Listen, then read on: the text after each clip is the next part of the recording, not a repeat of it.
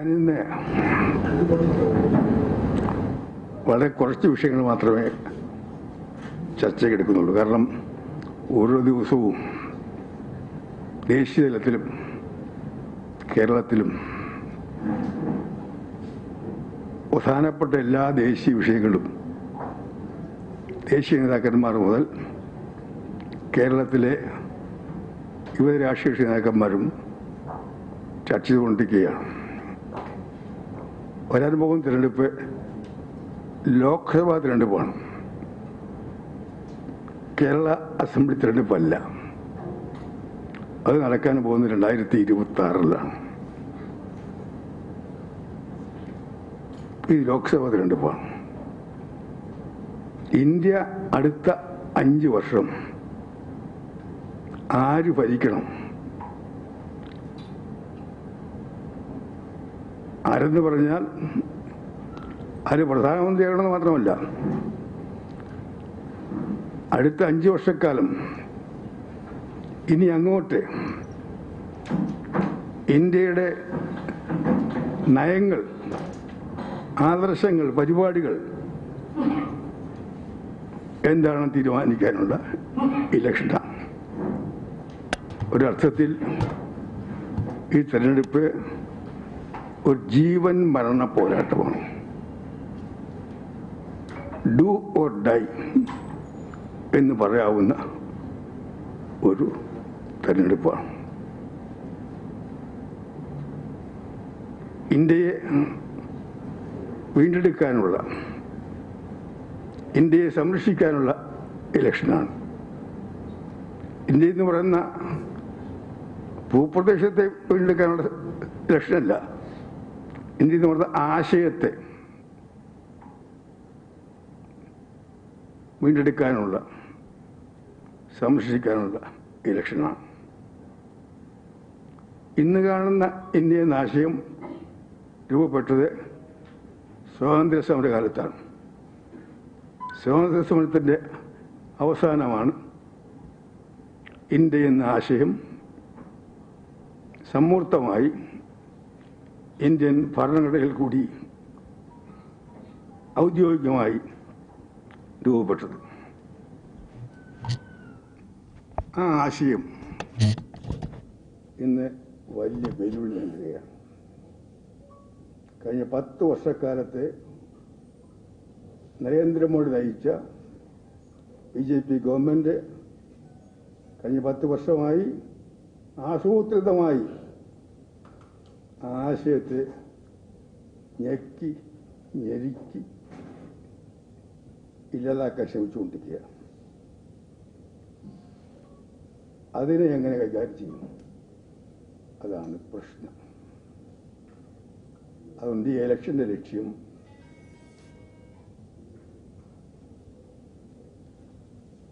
ഈ ഇലക്ഷൻ കഴിഞ്ഞാൽ കേന്ദ്രത്തിൽ BJPയുടെ ഭരണം അവസാനിപ്പിക്കണം,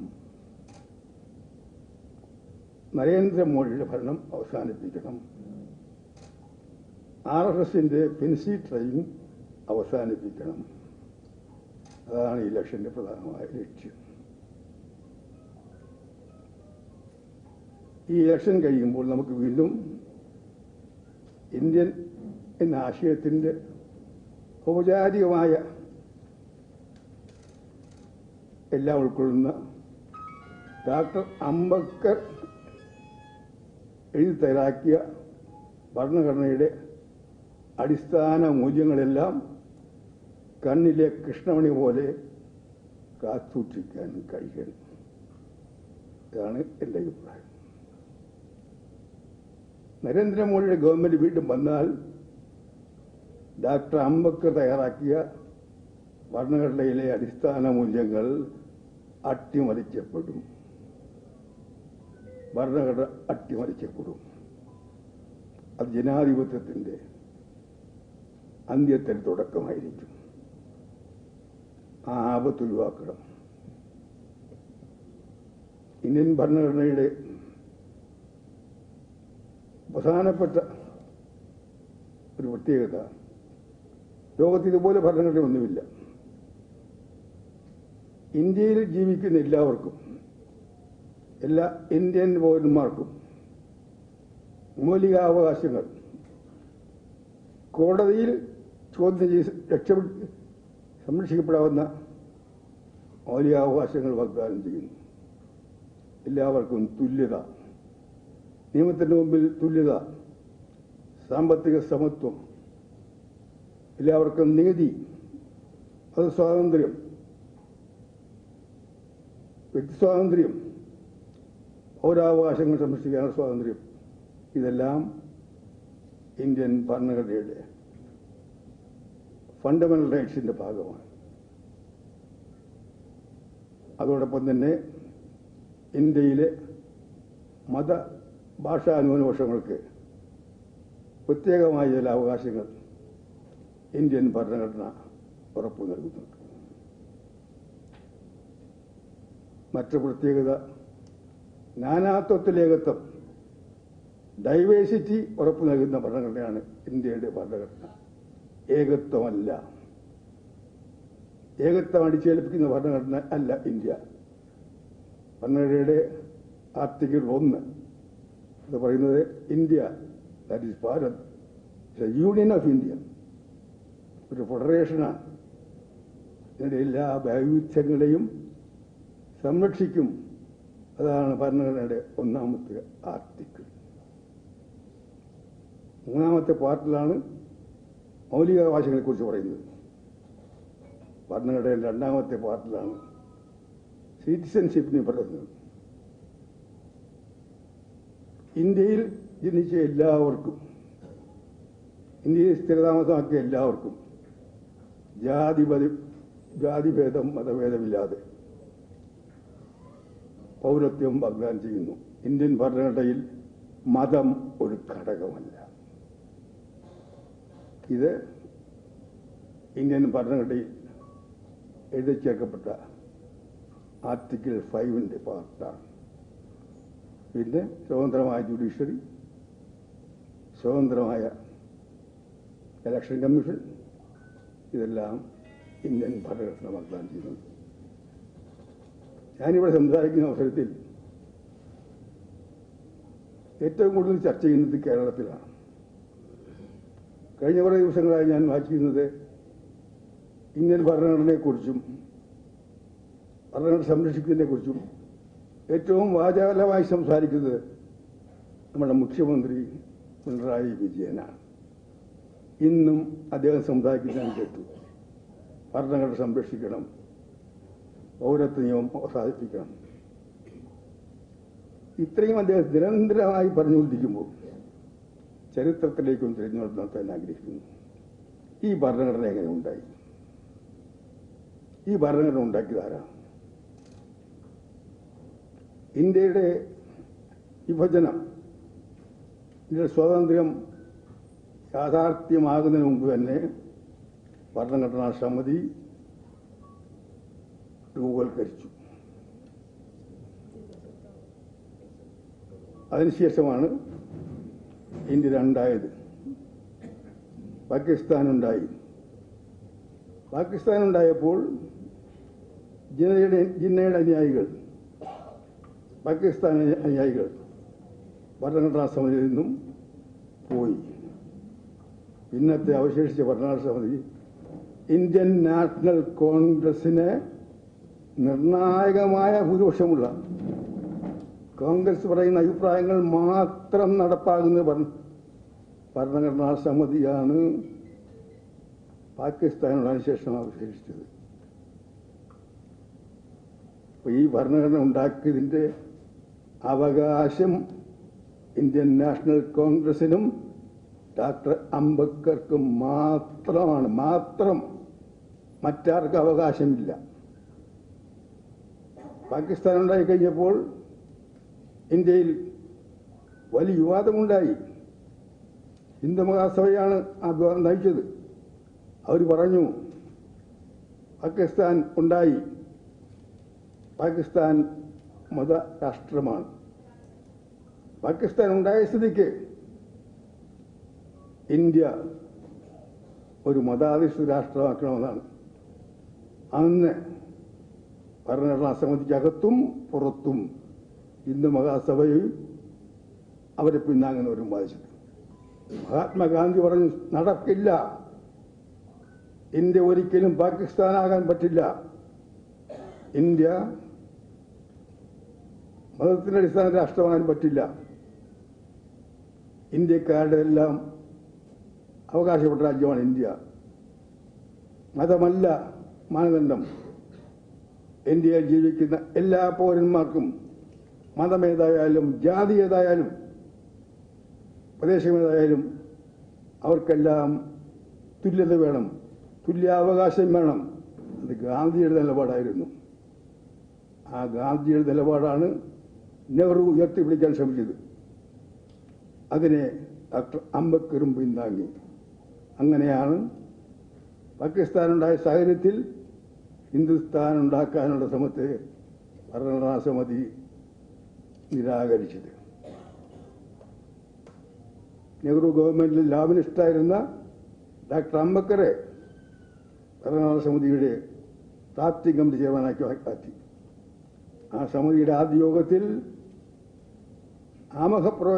ആമുഖമായിട്ട് പ്രമേയം അവതരിപ്പിച്ച പണ്ഡിറ്റ് ജവഹർലാൽ നെഹ്റുവാണ്. ആ പ്രമേയത്തിന് സത്തയാണ് ഭരണഘടനയുടെ ആത്മാവെന്ന് പറയുന്ന പ്രിയാമ്പിൾ, ആമുഖം നെഹ്റുവിൻ്റെ ആശയങ്ങളാണ്. മതേതരത്വവും എല്ലാവർക്കും തുല്യതയും സമത്വവും സാഹോദര്യവും എല്ലാം ഉറപ്പുവരുത്തുന്ന ഭരണഘടനയുടെ ആമുഖം, അതിൻ്റെ സത്ത നെഹ്റുവിൻ്റെ ഭരണഘടനാ സമിതിയിലെ ആമുഖ പ്രസംഗമാണ്. അതിനുശേഷം ചർച്ചകൾ നടന്നു, വർഷങ്ങൾ നീണ്ട ചർച്ച നടന്നു. അങ്ങനെയാണ് ഭരണഘടന ഉണ്ടായത്. ചർച്ചകൾക്ക് ഒരു ഘട്ടത്തിൽ മൗലികാവകാശങ്ങൾ ചർച്ച വന്നു. മൗലികാവകാശങ്ങൾ ഒരുപാട്, എല്ലാവർക്കും തുല്യത, തുല്യനീതി, സമത്വം, നീതി, ഇതെല്ലാം വാഗ്ദാനം ചെയ്യുന്ന കാര്യങ്ങൾ പാസാക്കി. അക്കൂട്ടത്തിൽ ഭാഷാന്യൂനപക്ഷങ്ങൾക്കും മതന്യൂനപക്ഷങ്ങൾക്കും പ്രത്യേക സംരക്ഷണം നൽകുന്ന വകുപ്പുകൾ കൂടി ചേർത്തു. അതിനെ നഖശികാന്തം എടുത്തു ഭരണഘടനാ സമിതി പലരും. എന്തിനെ? ഇന്ത്യ രണ്ടായി കഴിഞ്ഞപ്പോൾ, വെട്ടിമുറിച്ച് കഴിഞ്ഞപ്പോൾ, പാകിസ്ഥാൻ ഉണ്ടായി കഴിഞ്ഞിട്ട് പിന്നെ എന്തിനേയും മതന്യൂനപക്ഷങ്ങൾക്ക് പ്രത്യേക സംരക്ഷണം? നെഹ്റു പറഞ്ഞു, കോൺഗ്രസ് പറഞ്ഞു, പറ്റില്ല. വിഭജനമുണ്ടായ സാഹചര്യത്തിൽ ഇന്ത്യയിൽ ജീവിക്കുന്ന മതന്യൂനപക്ഷങ്ങൾക്ക്, ഭാഷാന്യൂനപക്ഷങ്ങൾക്ക് പ്രത്യേക സംരക്ഷണം വേണം. അങ്ങനെയാണ് നമ്മുടെ മൗലികാവകാശങ്ങളുടെ പട്ടികയിൽ മതന്യൂനപക്ഷങ്ങൾക്കും ഭാഷാന്യൂനപക്ഷങ്ങൾക്കും പ്രത്യേക സംരക്ഷണം നൽകുന്ന വകുപ്പ് അനുവദിച്ചത്. അപ്പോൾ ലോകത്തിന് മാതൃകയായിട്ടുള്ള ഇന്ത്യൻ ഭരണഘടനയിലെ അടിസ്ഥാന തത്വങ്ങളടങ്ങുന്ന, ബേസിക് സ്ട്രക്ചർ അടങ്ങുന്ന എല്ലാ ആർട്ടിക്കിളും എഴുതിയത് ഇന്ത്യൻ നാഷണൽ കോൺഗ്രസ് നിർണായക ഭൂരിപക്ഷമുള്ള ഭരണഘടനാ സമിതി. അതുകൊണ്ടാണ് ഞാൻ പറഞ്ഞത്, ഈ ഭരണഘടനയ്ക്ക് ആർക്കെങ്കിലും അവകാശപ്പെടാൻ കഴിയുമെങ്കിൽ ഇന്ത്യൻ നാഷണൽ കോൺഗ്രസിനും ഡോക്ടർ അംബേദ്കർക്കും മാത്രമാണ്.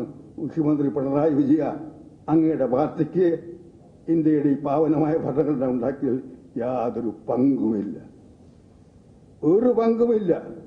നിങ്ങൾ കോൺഗ്രസിനെ ആക്ഷേപിക്കാനുള്ള യാതൊരു അവകാശവുമില്ല.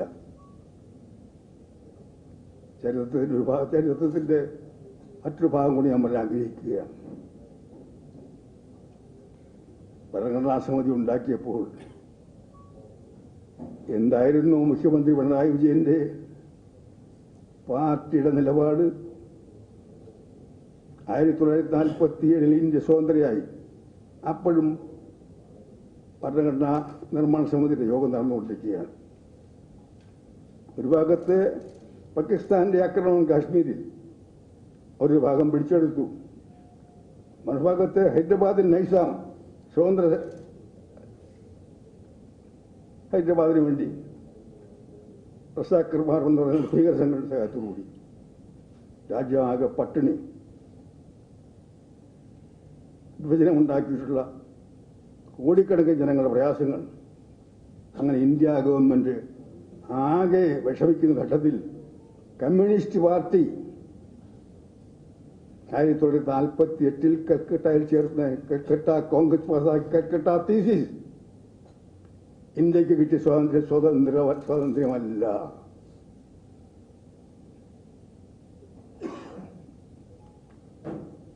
ഇത് സ്വാതന്ത്ര്യമല്ല. ഭരണഘടനാ നിർമ്മാണ സമിതി അവസാനമായി കൂടിക്കൊണ്ടിരിക്കുകയാണ്. കമ്മ്യൂണിസ്റ്റ് പാർട്ടി കൽക്കട്ട തീസിസ് പാസാക്കി നെഹ്റു ഗവൺമെന്റിനെതിരായി സായുധ വിപ്ലവം നടത്താൻ ആഹ്വാനം നൽകി ആ പ്രമേയം പാസാക്കി. ഭരണഘടന ഉണ്ടാക്കിയതിൽ പങ്കില്ലെന്ന് മാത്രമല്ല, ഭരണഘടന ഉണ്ടാക്കുന്നതിനെ അട്ടിമറിക്കാൻ ശ്രമിച്ചവരാണ് പിണറായി വിജയ അങ്ങയുടെ പാർട്ടിയുടെ പൂർവികന്മാർ എന്ന കാര്യം അങ്ങനെ മറക്കരുത്. ആ ചരിത്രം മറച്ചു വെച്ചുകൊണ്ട് എല്ലാ ദിവസവും മാധ്യമങ്ങളെ വിളിച്ച് ഭരണഘടന ഉണ്ടാക്കിയ കോൺഗ്രസിനെ പരിഹസിക്കുന്നത്, അതിന് കേരളത്തിലെ ജനങ്ങൾ അങ്ങയ്ക്ക് മാപ്പ് തരില്ല, ദുഃഖിക്കേണ്ടി വരും എന്നാണ് എൻ്റെ അഭിപ്രായം. കമ്മ്യൂണിസ്റ്റ് പാർട്ടി പിന്നീട് തിരുത്തി, കൽക്കട്ട തീസ് തിരുത്തി, തെറ്റിപ്പോയി അത് പറഞ്ഞു. അതാണ് ചരിത്രം.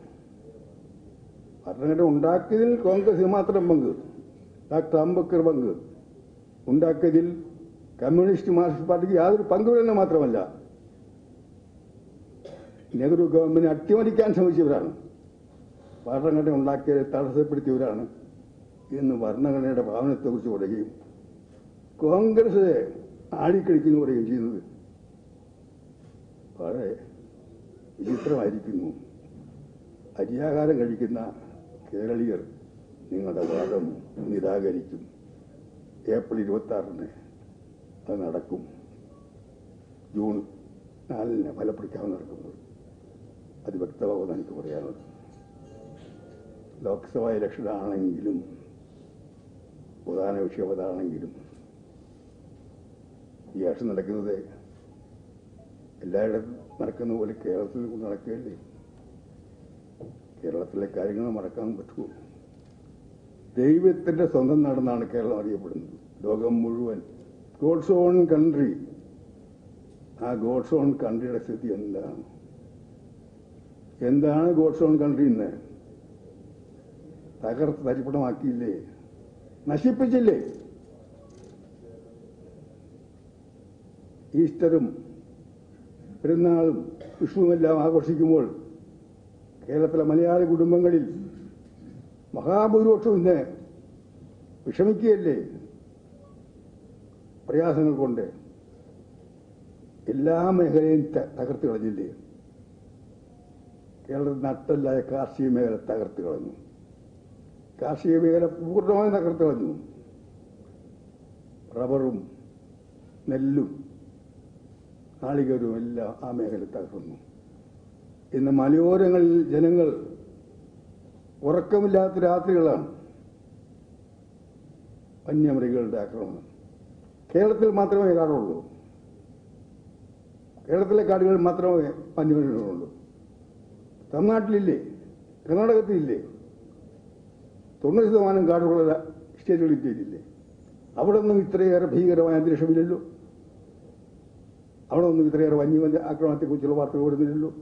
ഒറ്റപ്പെട്ട സംഭവങ്ങൾ വരാറുണ്ട്. കേരളത്തിലെ ഗവൺമെന്റ് പരിസ്ഥിതിയിൽ വരുന്ന മാറ്റം അനുസരിച്ചിട്ട് വന്യമൃഗങ്ങൾക്കുണ്ടാകാവുന്ന പ്രശ്നങ്ങൾ പഠിക്കാൻ, കാലേക്കൂട്ടി പഠിക്കാനുള്ള ദീർഘവീക്ഷണം കാണിച്ചില്ല. മറ്റൊരു സംശയം കൂടി എനിക്കുണ്ട്.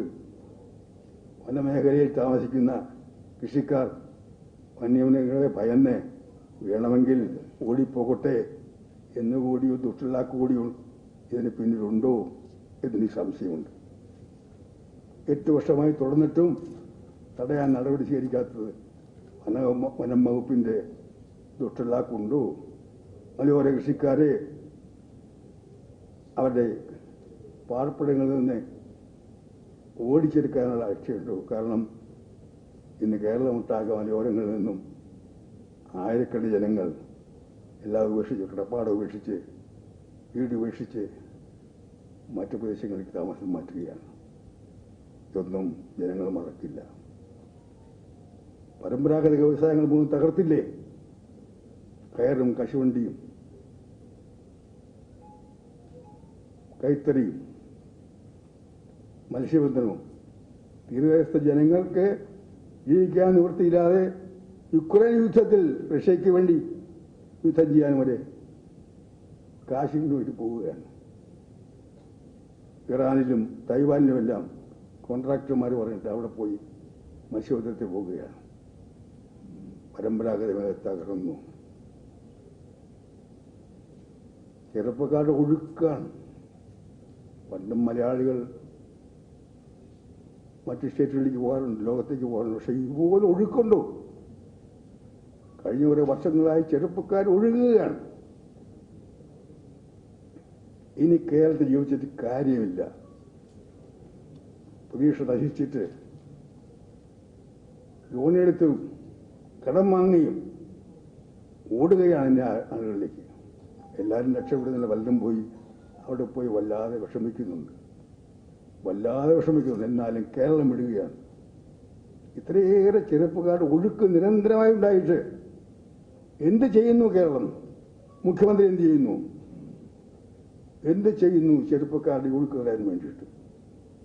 ഇങ്ങനെ പോയാൽ എനിക്ക് എന്നെ സംസ്ഥാന തൊഴിലാളികളെക്കുറിച്ച് ബഹുമാനമാണ്. അവർ കേരളത്തിൻ്റെ സമ്പദ്ഘടനയിൽ വലിയ പങ്കുവയ്ക്കുന്നു. പക്ഷേ കുറേ വർഷം കഴിയുമ്പോൾ കേരളം അന്യസംസ്ഥാന തൊഴിലാളികളുടെ മാത്രം അവർ മാത്രം പണിയെടുക്കുന്ന സ്വദേശമായിട്ട് മാറിയാൽ കേരളം മലയാളികളുടെ നാടെന്ന് പണ്ട് EMS എഴുതിയ ലേഖനത്തിന് പുസ്തകത്തിന് എന്തെങ്കിലും വിലയുണ്ടാകുമോ? തകർക്കല്ലേ കേരളം. ജനങ്ങളാകെ പ്രയാസപ്പെടുമ്പോൾ ഒന്നുമില്ലെങ്കിൽ അതിന് പരിഹാരമുണ്ടാക്കാൻ ശ്രമിക്കണ്ടേ? പല ഘടകങ്ങളുണ്ട് പ്രയാസങ്ങൾ. പണ്ടൊക്കെ ഇന്ത്യ ഗവൺമെൻറ് ആയാലും കേരള ഗവൺമെൻറ് ആയാലും സാമ്പത്തിക പ്രയാസം ഉണ്ടാകുമ്പോൾ ആദ്യം ചെയ്യുക ആസ്ട്രിറ്റി മെഷേഴ്സാണ്. ജനങ്ങൾ കഷ്ടപ്പെടുമ്പോൾ കൂടെ ഗവൺമെന്റും കഷ്ടപ്പെടണ്ടേ, മന്ത്രിമാരും കഷ്ടപ്പെടണ്ടേ? മുണ്ട് മുറുക്കി കൊടുക്കുക എന്നുള്ള നാടൻ പ്രയോഗമാണ്. ജനങ്ങൾ കഷ്ടപ്പെടുന്നു, മന്ത്രിമാരും ഭരണക്കാരും ദൂർത്തടിക്കുന്നു. ദൂർത്തോട് ദൂർത്ത്, ആർഭാടത്തോട് ആർഭാടം. ഇതാണ് കേരളം. പൊളിക്കുമ്പോഴത്തിൽ പോകുമ്പോൾ ദേശീയ രാഷ്ട്രീയം മാത്രമല്ല, കേരളത്തിൻ്റെ ഈ തകർച്ച വോട്ടർമാർ ഓർത്തിരിക്കും. ഏറ്റവും വലിയ അവസ്ഥ ഉണ്ടായ തുടർ ഭരണം കൊടുത്തതാണ്. ആ തുടർ ഭരണത്തിന് ദുരന്തം ഇന്ന് കേരളം അനുഭവിക്കുകയാണ്. ഈ മെയ് മാസമാകുമ്പോൾ ഈ ഗവൺമെന്റ് വന്ന് 8 വർഷമാകാൻ പോവുകയാണ്. പാപ്പരായി കേരളം കടക്കണിയിലാണ്. 2026 ഭരണമാറ്റം ഉണ്ടായാലും വരാൻ പോകുന്ന പുതിയ ഗവൺമെന്റിനെ, UDF ഗവൺമെന്റിനെ പെട്ടെന്നൊന്നും കേരളത്തെ ഒന്ന് രക്ഷപ്പെടുത്താൻ സാധ്യമല്ല. ഇങ്ങനെ ഈ നാട് നശിപ്പിച്ച അക്രമം, ഈ ഇലക്ഷൻ്റെ സമയത്ത് പോലും ബോംബുണ്ടാക്കുകയാണ് പാനൂര്. പണ്ട് സ്ഥിര പരിപാടിയായിരുന്നു. ഇപ്പോഴും ബോംബുണ്ടാക്കിക്കൊണ്ടിരിക്കുകയാണ്. അക്രമം, മാർക്സിസ്റ്റ് പാർട്ടിക്കാർക്ക് മാത്രം നീതി, അല്ലാത്തവർക്ക് നീതിയില്ല. ഇപ്പോൾ നാട് നീടി അക്രമം നടക്കുന്നു. ഇതിനൊക്കെ ഒരു പരിഹാരം വേണ്ടി.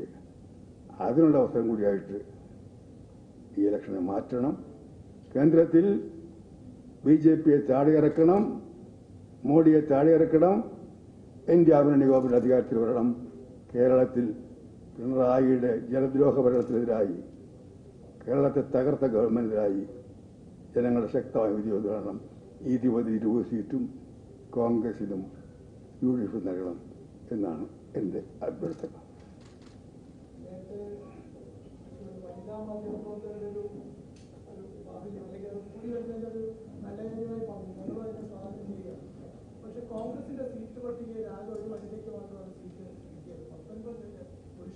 അത് ഞങ്ങളുടെ ഒരു പോരായ്മയായിപ്പോയി. ഈ ദീപ്തിയൊക്കെ ഇപ്പോൾ ഞങ്ങളുടെ വഴക്കുണ്ടാക്കുകയാണ്. അസംബ്ലി ഇലക്ഷൻ വരും പരിഹാരം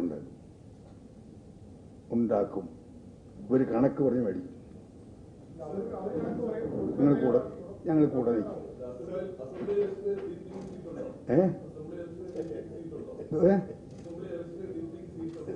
അത് കോൺഗ്രസിന്റെ ഇലക്ഷൻ കമ്മിറ്റി തീരുമാനിക്കും. പക്ഷേ വനിതകൾക്ക് മതിയായ പ്രാതിനിധ്യം ഉണ്ടാവും. ദീപ്തി വനിതയാണെന്നാണ് ഞാൻ മനസ്സിലാക്കുന്നത്. ദീപ്തി ധീരയായ വനിതയാണ്. അവർ വനിതകൾക്ക് അടുത്ത പ്രാവശ്യം മതിയായ എന്തോ അടുത്ത ഇലക്ഷന് കേരളത്തിലെ കോൺഗ്രസ് ലോക്കൽ ബോഡി ഇലക്ഷൻ 50% കൊടുത്തേ പറ്റുള്ളൂ. അത് ഭരണഘടന സോണിയാഗാന്ധിയുടെ നിർബന്ധം അങ്ങനെയുണ്ട്, ഭരണഘടനയിൽ എഴുതി ചേർത്ത. പക്ഷേ അടുത്ത അസംബ്ലിയിലും വനിതകൾക്ക് മതിയായ പ്രാതിനിധ്യം നൽകും, സംശയം വേണ്ട. ഇന്ത്യയെ വീണ്ടെടുക്കുന്ന ഒരു തെരഞ്ഞെടുപ്പ്, വളരെ സുപ്രധാനമായ ഒരു തെരഞ്ഞെടുപ്പാണെന്ന് ഇന്ത്യയുടെ പദവിരപേക്ഷതയും ഭരണഘടനയുടെ അന്തസ്സത്തെയും വീണ്ടെടുക്കുന്ന ഒരു തെരഞ്ഞെടുപ്പ്. അങ്ങനെയുള്ള ഒരു തെരഞ്ഞെടുപ്പിൽ പ്രമുഖരായ കോൺഗ്രസ് നേതാക്കൾ മാത്രം മോഡിയോടൊപ്പം ചേരുന്നത് ഒരു വിരോധാഭാസം ചേർന്ന് മോഡിയുടെ കരങ്ങൾക്ക് ശക്തി പകരുന്നത് ഒരു വിരോധാഭാസമല്ല. വിരോധാഭാസം തെറ്റാണ്, തെറ്റാണ്.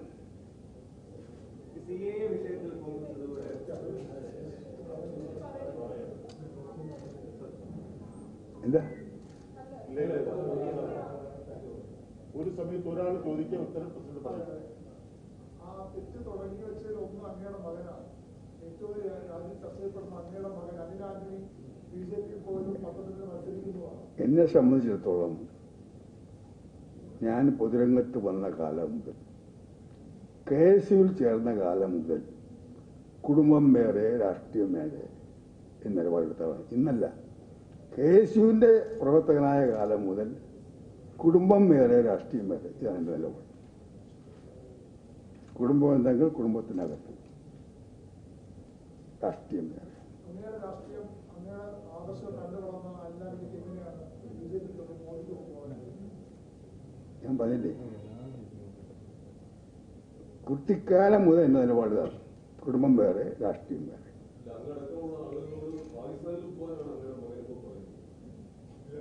ഞാൻ ഉത്തരം പറഞ്ഞു കഴിഞ്ഞു, അതിനപ്പുറം ഇല്ല.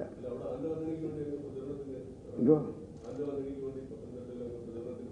ഞാൻ പ്രകടനത്തിന് പോകാതെ തന്നെ ആന്റോ ആന്റണി നല്ല ഭൂരിപക്ഷത്തിൽ ജയിക്കും, സംശയിക്കണ്ട.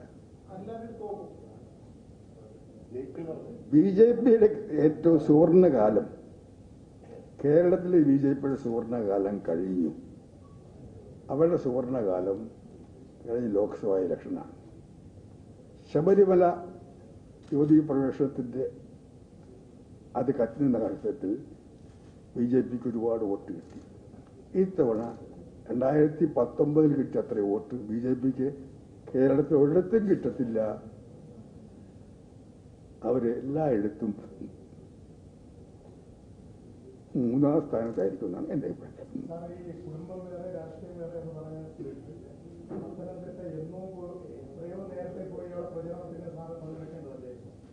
നിങ്ങൾക്ക് താങ്കൾക്ക് എന്നെക്കുറിച്ച് മനസ്സിലാക്കാം. ഞാൻ ഡൽഹിയിൽ നിന്ന് വന്നിട്ട് 2 വർഷമായി. 2 വർഷത്തിൽ ആദ്യമായിട്ടാണ് തിരുവനന്തപുരത്ത് KP സ്റ്റാബ്ലിഷിൽ ഒരു പ്രസ് കോൺഫറൻസ് നടത്തുന്നത്. എന്താ കാര്യം എന്നറിയാവോ? മനുഷ്യനല്ലേ, എനിക്ക് 2 കോവിഡ് ഉണ്ടായി. ആദ്യത്തെ കോവിഡ് കഴിഞ്ഞാൽ 16 ദിവസം ഡൽഹിയിലെ ആൾ ഇന്ത്യ ഇൻസ്റ്റിറ്റ്യൂട്ട് ഉണ്ടായിരുന്നു. അത് ഉണ്ടാക്കിയ പരിക്ക് കഴിഞ്ഞ് 2ാമത് കോവിഡ് വന്നു. അതിൻ്റെ പാർശ്വഫലങ്ങൾ എന്നെ അലട്ടിക്കൊണ്ടിരിക്കുകയാണ്. എനിക്ക് പഴയ പോലെ സഞ്ചരിക്കാൻ ഉള്ള ആരോഗ്യമൊന്നുമില്ല. ഞാൻ ആകെ 2 വർഷത്തിനിടയിൽ തിരുവനന്തപുരം വിട്ടു പോയത് തൃക്കാക്കരയിലെ ഉപതെരഞ്ഞെടുപ്പ്, പുതുപ്പള്ളിയിലെ ഉമ്മൻചാണ്ടിയുടെ ശവസംസ്കാരത്തിൽ, അത് കഴിഞ്ഞ് ഉമ്മൻചാണ്ടിയുടെ മരണശേഷമുള്ള ഇലക്ഷൻ. അല്ലാതെ ഞാൻ വീട് വിട്ടാൽ KP ഓഫീസ് വരും. തിരുവനന്തപുരത്ത് പോലും ഒരു ഇടയ്ക്ക് പോവുകയില്ല. അതാണ് സ്ഥിതി. അതാണ് 2 വർഷമായിട്ട് ഞാൻ തിരുവനന്തപുരത്ത് പ്രസ് കോൺഫറൻസ് നടത്താറില്ല. ഈ നടത്താൻ കാരണം ഈ ഇലക്ഷൻ ജീവൻ മരണ പോരാട്ടമാണ്. അതുകൊണ്ട് ആരോഗ്യനില അത്ര അനുകൂലമല്ലെങ്കിലും എൻ്റെ പങ്ക് വഹിക്കണം ഈ ഇലക്ഷന് ശേഷം ഇന്ത്യയിൽ ജനാധിപത്യം ഉണ്ടാകണം, ജനാധിപത്യം അട്ടിമറിക്കപ്പെടരുതും ഭരണഘടന അട്ടിമറിക്കപ്പെടരുതും BJP ഗവൺമെന്റിന് അന്ത്യം കുറിക്കാനുള്ള പ്രവർത്തനങ്ങളിൽ ചെറിയ പങ്ക്, ആ പ്രവർത്തനങ്ങളിൽ ഏറ്റവും കൂടുതൽ പങ്കുവയ്ക്കുന്നത് ഇന്ത്യൻ നാഷണൽ കോൺഗ്രസ്സാണ്. ആരെയാണ് വിശ്വസിക്കുന്നത്? ഒരു പോയിന്റ് പറഞ്ഞോട്ടെ, എടുത്തുപോയി. മുഖ്യമന്ത്രി ഇന്നും കോൺഗ്രസിനെ കുറ്റപ്പെടുത്തിക്കൊണ്ട് പറയാണ്. ഇന്ത്യൻ നാഷണൽ കോൺഗ്രസിന്റെ എതിരായിട്ടുള്ള മോഡിയുടെ പ്രതികാര നടപടി എന്തൊക്കെയാണ്? ജവഹർലാൽ നെഹ്റു തുടങ്ങി വെച്ച നാഷണൽ ഹെറാൾഡിന്റെ സകല സ്വത്തും കണ്ടുകിട്ടി. കോൺഗ്രസിന്റെ ഫണ്ടിൽ കിടന്ന 115 കോടി രൂപ നികുതി വകുപ്പ് ഇൻകം ടാക്സുകാർ കണ്ടുകെട്ടി. ഇപ്പോഴും ആയിരക്കണക്കിന് കോടി രൂപയുടെ നികുതി അടയ്ക്കാനുള്ള നോട്ടീസ് വന്നിരിക്കുകയാണ്. സുപ്രീം കോടതി കേസ് പോയി പറഞ്ഞു ഇനി ഏതായാലും ജൂലൈ വരുന്ന ചെയ്തില്ലതാണ്. സോണിയാഗാന്ധിയെ മണിക്കൂറുകളോളം ED വിളിച്ച് ചോദ്യം ചെയ്തു. രാഹുൽ ഗാന്ധിയെ ഒരു ദിവസം മുഴുവൻ ED വിളിച്ച് ചോദ്യം ചെയ്തു. ഇന്ത്യയിലെ 8 സ്റ്റേറ്റുകളിലായി 20ഓളം കേസുകൾ രാഹുൽ ഗാന്ധിക്കെതിരായിട്ടുണ്ട്. സവർക്കർക്കെതിരായിട്ട് പറഞ്ഞതിൻ്റെ പേരിൽ രാഹുൽ ഗാന്ധിയുടെ ലോക്സഭാ മെമ്പർഷിപ്പ് റദ്ദാക്കാൻ ഓർഡർ വന്ന് അന്ന് തന്നെ സാധാരണ MP സ്ഥാനം നഷ്ടപ്പെട്ടാലും 1 മാസം കൂടി താമസിക്കാം. അന്ന് തന്നെ വീടൊഴിയാൻ ആവശ്യപ്പെട്ടു, വീടൊഴിച്ചു കൊടുത്തു. പക്ഷെ കോടതി പിന്നെ സ്ഥാപിച്ചു. ഇങ്ങനെ നിരന്തരമായ പീഡനം ഉണ്ടായിട്ടും BJPക്കെതിരായുള്ള പോരാട്ടത്തിൽ മുമ്പ് നിൽക്കുന്നത് നെഹ്റു കുടുംബമാണ്, സോണിയാഗാന്ധിയും രാഹുൽ ഗാന്ധിയുമാണ്. ഇത്രയേറെ പ്രതികാര നടപടികൾ ഉണ്ടായിട്ടും രാഹുൽ ഗാന്ധി നിർഭയമായി ധൈര്യമായി ആശയവ്യക്തതയോടുകൂടി ഈ പോരാട്ടത്തിന്റെ മുൻപന്തിയിലാണ്. കോൺഗ്രസിനോട് ശത്രുതയുള്ള എതിർപ്പുള്ള പാർട്ടികളുമായി പോലും 28 പാർട്ടികളെ കൂട്ടിയോജിപ്പിച്ചുകൊണ്ട് പരമാവധി വിട്ടുവീഴ്ച ഇന്ത്യ ചരിത്രത്തിലെ ഏറ്റവും കുറഞ്ഞ സീറ്റിലാണ് ഇതുകൊണ്ട് ലോക്സഭയിൽ കോൺഗ്രസ് മത്സരിക്കാൻ പോകുന്നത്. അത്രമാത്രം വിട്ടുവീഴ്ച ചെയ്ത് ഇന്ത്യ മുന്നണി ഉണ്ടാക്കാൻ നേതൃത്വം നൽകി. രാഹുൽ ഗാന്ധി നരേന്ദ്രമോദിയെ താഴെ ഇറക്കാനുള്ള, ഇന്ത്യയെ വീണ്ടെടുക്കാനുള്ള യുദ്ധത്തിന്റെ പോർമുഖത്ത് മുന്നണിയിൽ ആ രാഹുൽ ഗാന്ധിയെയും കോൺഗ്രസിനെ വിശ്വസിക്കണോ, അതോ നരേന്ദ്രമോദി വാക്ക് ഉച്ചരിക്കാൻ പോലും ഭയപ്പെടുന്ന കേരള മുഖ്യമന്ത്രിയുടെ പാർട്ടി വിശ്വസിക്കണോ എന്ന് കേരളത്തിലെ ജനങ്ങൾ ആലോചിക്കണമെന്ന് എനിക്ക് പറയാം.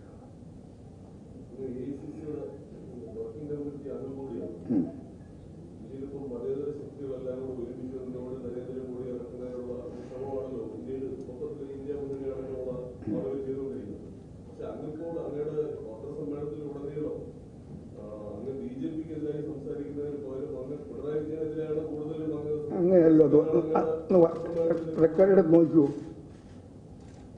മുഖ്യമന്ത്രിക്കെതിരായിട്ട് ഒരു ഭാഗമാണ്. ഞാൻ ആദ്യം പറഞ്ഞത് മുഴുവൻ BJPക്കെതിരായിട്ടാണ്. ഇപ്പൊ പറഞ്ഞതാണ് പിണറായി വിജയൻ. ഇന്ന് രാവിലെ ഞാൻ നോക്കിയപ്പോഴേക്ക്, ഞാൻ രാവിലെ പോകുന്നതിനും എല്ലാം ചാനലെടുത്ത് നോക്കും, ഇന്ന് രാവിലെയും കോൺഗ്രസിനെ കുറ്റപ്പെടുത്തുകയാണ്.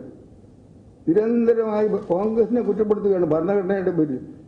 അപ്പോഴാണ് എനിക്ക് പിണറായി വിജയൻ എന്താ എൻ്റെ അധികാരം, എൻ്റെ അവകാശം ഈ ഭരണഘടനയെക്കുറിച്ച് സംസാരിക്കാനായിട്ട്?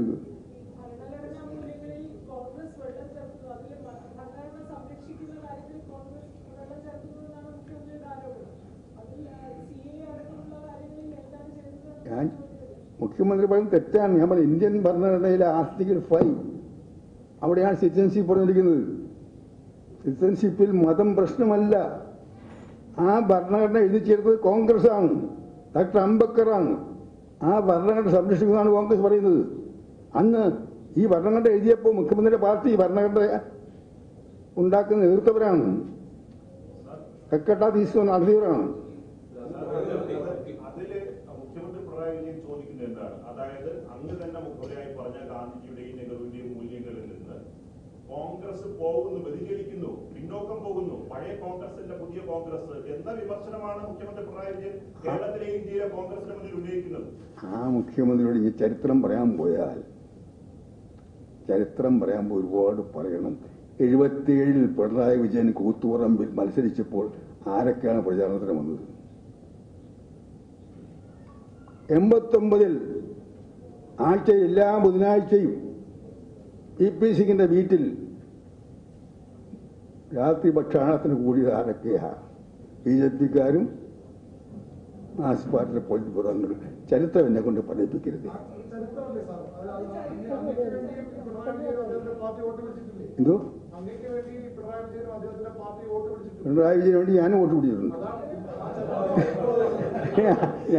പിടിച്ചിട്ടുണ്ട്. ഞാനും പിണറായി വിജയനും ഒന്നിച്ചാണ് അസംബ്ലിയിലേക്ക് കടന്നു വന്നത്. ഞാൻ പറയുന്നത് ചരിത്രം അധികം പറയണ്ട. ഞാൻ പറയുന്നത് ഞങ്ങളിപ്പോഴും ഇടതുപക്ഷ പ്രസ്ഥാനങ്ങൾക്ക് BJPക്കാരുടെ പോരാട്ടത്തിൽ അവർക്ക് ഒരു പങ്കുണ്ടെന്ന്. മാർക്സിസ്റ്റ് പാർട്ടിക്ക് മാത്രമല്ല, മാർക്സിസ്റ്റ് ML ബീഹാറിലെ മാർക്സിസ്റ്റ് പാർട്ടിയുടെ ML വരും. അവർക്ക് ഒരു 3 സീറ്റ് കൊടുത്ത് മുന്നേ അമ്മനെ ചേർത്തിരിക്കുക. BJP ഒഴിച്ചുള്ള 28 പാർട്ടികളിൽ കൂടെ ചേർത്തിരിക്കുക. പക്ഷേ കഴിഞ്ഞ പ്രചരണം തുടങ്ങിയ അന്ന് മുതൽ മുഖ്യമന്ത്രി സംസാരിക്കുന്നത് ഏറ്റവും കൂടുതൽ കോൺഗ്രസിനെ കുറ്റപ്പെടുത്തിക്കൊണ്ടാണ്. ഇന്ന് രാവിലെയും കോൺഗ്രസ് കുറ്റപ്പെടുത്തിക്കൊണ്ടാണ് പ്രസംഗിക്കുന്നത്. ഭരണഘടനയുടെ പേരില്ല. അതാണ് ഞാൻ ഭരണഘടനയെ കുറിച്ച് പറയാം. കോൺഗ്രസ് അല്ലാതെ ആരാണ്, രാഹുൽ ഗാന്ധി അല്ലാതെ ആരാണ് ഇന്ത്യയിൽ നിർഭയമായി മോഡിക്കെതിരെ BJPക്കെതിരെ RSSനെ സംസാരിക്കുന്നത്? ഈ കേരളത്തിലെ ജനങ്ങൾ ഭൂരിപക്ഷം ആൾക്കാർ ഇഷ്ടപ്പെടുന്ന ദേശീയ നേതാവ് ആരാണ്? രാഹുൽ ഗാന്ധി. നിങ്ങളുടെ ഓരോരുത്തരുടെയും ചാനൽ നടത്തിയ സർവേയിൽ പറഞ്ഞിരിക്കുന്നു അവരേറ്റവും ഇഷ്ടപ്പെടുന്ന ദേശീയ നേതാവ് രാഹുൽ ഗാന്ധി എന്നാണ്. ആ കൂടെ കോൺഗ്രസ് മറ്റു നേതാക്കന്മാരെ കൂട്ടു നോക്കിയാൽ അവർക്ക് 46, പിണറായിക്ക് 36. കോൺഗ്രസിലെ മറ്റു നേതാക്കന്മാർ ഇഷ്ടപ്പെട്ട നേതാക്കന്മാർ കെട്ടി വോട്ടുകൾ കൂട്ടുകയാണെങ്കിൽ അല്ല നിങ്ങൾ പറഞ്ഞുകൊണ്ട് നിങ്ങൾ രണ്ടും കൂടെ കൊണ്ടുപോയി അല്ല ഞാൻ പറഞ്ഞു കൂട്ടുന്നില്ല. താങ്കൾ പറഞ്ഞല്ലോ പിണറായി വിജയനോട് ഒറ്റ ആളേ ഉള്ളൂ. ഇവിടെ പല നേതാക്കന്മാരുണ്ട്. ഇലക്ഷൻ വരുമ്പോഴേ ഒരാളെ തീരുമാനിക്കുള്ളൂ. അവർക്ക് 2 പേരും കൂടെ എന്നത് നോക്കിയാൽ അവർക്ക് കിട്ടി മൊത്തം വോട്ട് 46, മുഖ്യമന്ത്രിക്ക് കിട്ടി 36. ആരാണ് കൂടുതൽ ജനപിന്തുണയുള്ളത്? ദയവ് ചെയ്ത് അത് 26 തീരുമാനിക്കും. ഞങ്ങൾ 26 തീരുമാനിക്കും. ഇപ്പം വേണ്ട. ഇപ്പം ഞങ്ങളുടെ 24 മാത്രമേ ഉള്ളൂ. അർജുനൻ തേരുകളിക്ക് അർജുനൻ അസ്ത്രം ഉണ്ടായതുപോലെ ഒറ്റ ലക്ഷ്യമേ ഉള്ളൂ: ഭരണമാറ്റം നടത്തുക, മോഡിയെ താടിയിറക്കുക, ഭരണങ്ങളെ സംരക്ഷിക്കുക. ഇതാണ് മറ്റൊരു ലക്ഷ്യം പിടിക്കില്ല.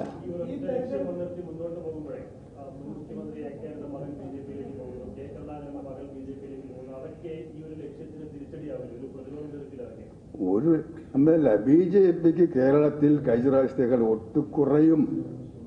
20 സീറ്റിൽ അവർ 3-ാം സ്ഥാനത്തായിരിക്കും. കട്ടായം എഴുതി വെച്ചു.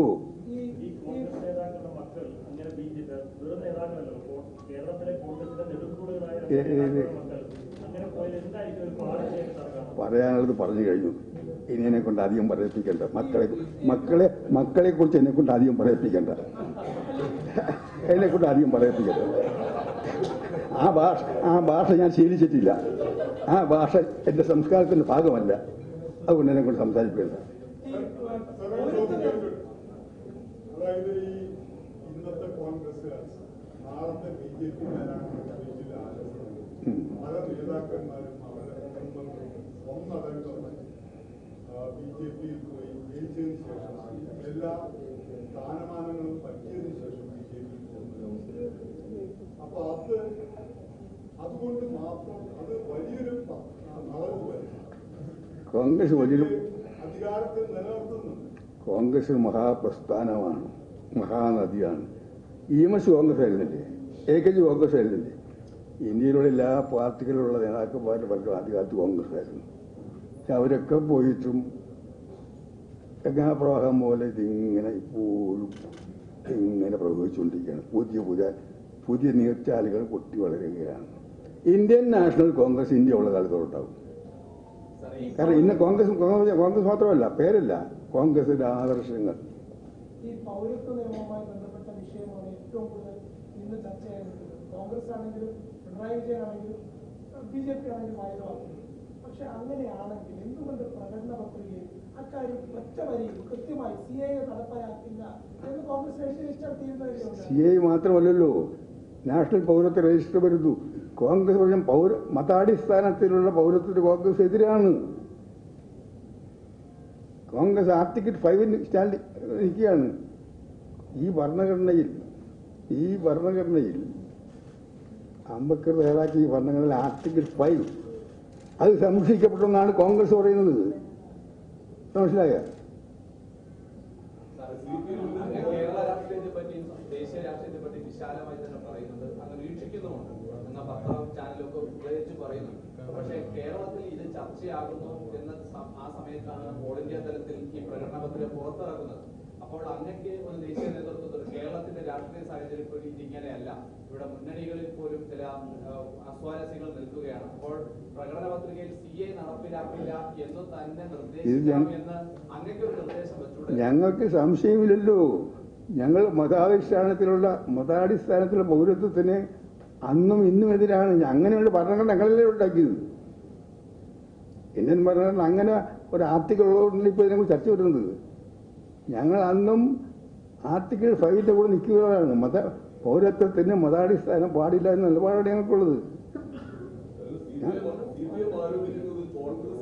എല്ലാ കാര്യങ്ങളിലും ഹിന്ദുത്വ സമീപനമാണ് എന്നാണ് പറയുന്നത്. ഈ CAA അതുപോലെ തന്നെ നേരത്തെ കോൺഗ്രസ് അയോധ്യ സംഭവത്തിലും പെട്ടെന്ന് തീരുമാനമെടുക്കുന്നു.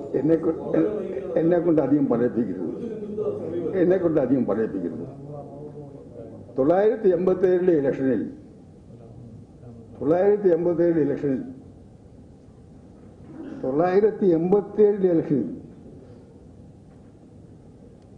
ഒരു മതത്തിനെ വളരെ വളരെ മോശമായി ചിത്രീകരിച്ചിട്ടാണ് മാർക്സിസ്റ്റ് പാർട്ടി ജാതി വന്നത്. ശരീഅത്ത്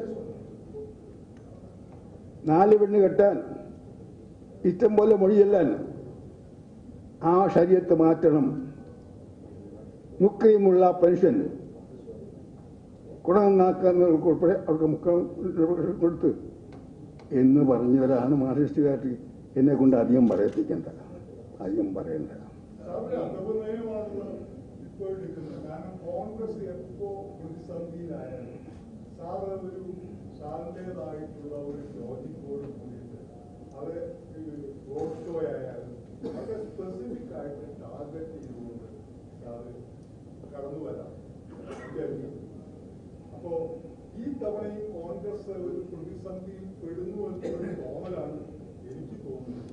സാറിന്റെ ഇത്രയും ശക്തമായിട്ടുള്ള അറ്റാക്കുകളും പുതിയ നിർവചനങ്ങളും പഴയ ചരിത്രങ്ങളും കേരളം മറന്നുപോയ ചരിത്രങ്ങളാണ് ഇന്നിപ്പോ നിങ്ങൾ എന്നെ കൊണ്ട് പറയിപ്പിക്കുകയാണ്. ഞാൻ പറയാൻ ആഗ്രഹിച്ചതല്ല. ഞങ്ങളുടെ ജോലിയല്ലേ. നിങ്ങൾ ചോദിച്ചപ്പോൾ പറയുമോ? കാരണം ചരിത്രത്തിലേക്ക് പോയ വലിയ പ്രശ്നമാണ്.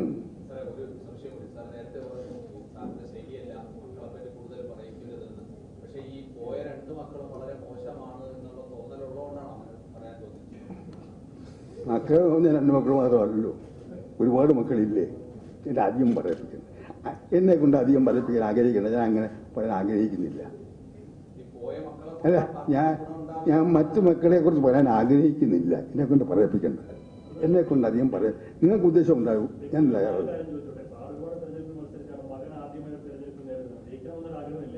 എനിക്ക് പാടിൽ തോക്കണം. അവിടെ കോൺഗ്രസ് ജയിക്കണം, ആന്റോ ആന്റണി ജയിക്കണം. അതാണ് എ കെ ആന്റണി കോൺഗ്രസ് ആണ് വരുന്നത്. എൻ്റെ മതം കോൺഗ്രസ് ആണ്, എൻ്റെ മതം കോൺഗ്രസ് ആണ്. അങ്ങ് കേന്ദ്രത്തിൽ പ്രധാനപ്പെട്ട വകുപ്പുകളൊക്കെ കൈകാര്യം ചെയ്തിരുന്ന ഒരു വ്യക്തിയാണ്. പക്ഷേ മകൻ ജയിച്ചു വന്നാൽ കേന്ദ്രമന്ത്രിയാകും, ആ നാടിന് വലിയ വികസനം ഉണ്ടാകും, അങ്ങേപോലെ വലിയ വികസന കാഴ്ചപ്പാടുള്ള വ്യക്തിയായി മാറുമെന്നാണ് കഴിഞ്ഞ ദിവസം പ്രധാനമന്ത്രി വരുന്നത് പത്രത്തിൽ പറഞ്ഞിട്ടുള്ളത്. ഇത്രയൊക്കെ മതി, ഇത്രയൊക്കെ മതി.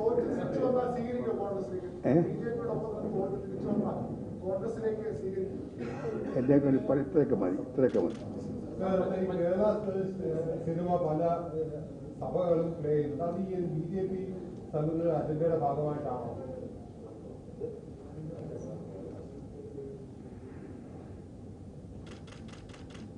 വളരെ നിർഭാഗ്യകരമായിപ്പോയി. കാരണം കേരളത്തിൽ മതസ്പർദ്ധ വളർത്താൻ ബോധപൂർവമായ ശ്രമത്തിന്റെ ഭാഗമായിട്ടാണ് തെരഞ്ഞെടുപ്പ് കാലത്ത് ദൂരദർശൻ കേരള സ്റ്റോറി പ്രചരിപ്പിച്ചത്. ആ കെണിയിൽ വീഴരുതേ എന്നാണ് എൻ്റെ അഭ്യർത്ഥന. BJPയുടെ കെണിയാണ്, ആ കെണിയിൽ വീഴരുത്. പറയാണ്ട് പറഞ്ഞില്ല, ഉത്തരം പറഞ്ഞു, വിശദീകരണമില്ല, എക്സ്പ്ലനേഷൻ ഇല്ല. ഒരുപാട് പറഞ്ഞതിനെ കൊണ്ട് ഞാൻ പറയാൻ ആഗ്രഹിക്കാത്തത് എന്നെ കൊണ്ട് പറയിപ്പിച്ചു.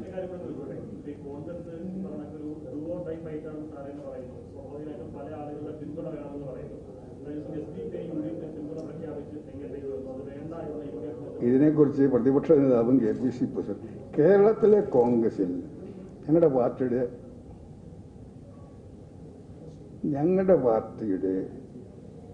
ഒരു പ്രത്യേക അനുസരിച്ചിട്ട് KPCC പ്രസിഡന്റും പ്രതിപക്ഷ നേതാവുമാണ് പാർട്ടിയുടെ ആധികാരിക വക്താക്കൾ. ഒരു സംസ്ഥാനത്ത് ആരൊക്കെ ഉണ്ടെങ്കിലും സംസ്ഥാനത്തെ കോൺഗ്രസിനെ കുറിച്ച് പറയാൻ അധികാരം KPCC പ്രസിഡന്റും പ്രതിപക്ഷ നേതാവും. അവർ രണ്ടുപേരും ആധികാരികമായിട്ട് ഇതേക്കുറിച്ച് കോൺഗ്രസിന്റെ നിലപാട് വ്യക്തമായി കഴിഞ്ഞാൽ അതിനപ്പുറം പറയാൻ ഞാൻ തയ്യാറില്ല.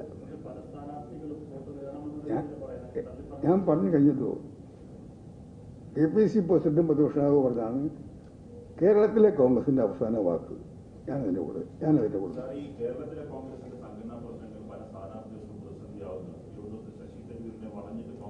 അയ്യോ, ഏറ്റവും വലിയ പ്രതിസന്ധി മോഡി ഉണ്ടാക്കിയ പ്രശ്നങ്ങൾ. ഞങ്ങൾക്ക് പൈസ ഇല്ല.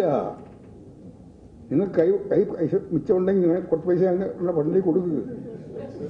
അതാ വേണ്ടത്. നിങ്ങൾക്ക് ഇഷ്ടം പോലെ പണം ഉണ്ടല്ലോ, കുറച്ച് കൊടുക്കുക.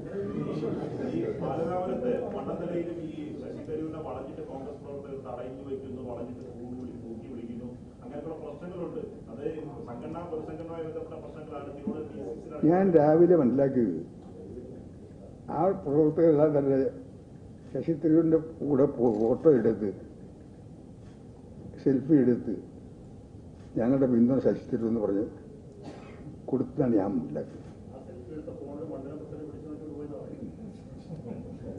നിങ്ങളാരും മനപ്പായസം കൊള്ളണ്ട. തിരുവനന്തപുരത്ത് ശശി തരൂർ തിളക്കമാർന്ന വിജയം നേടും, തിളക്കമാർന്ന വിജയം നേടും.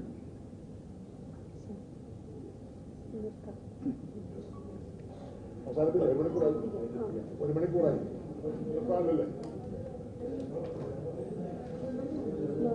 സഹകരിച്ച എല്ലാ മാധ്യമപ്രവർത്തകർക്കും കേരള പ്രദേശ് കോൺഗ്രസ് കമ്മിറ്റിയുടെ പേരിൽ നന്ദി പറയുന്നു.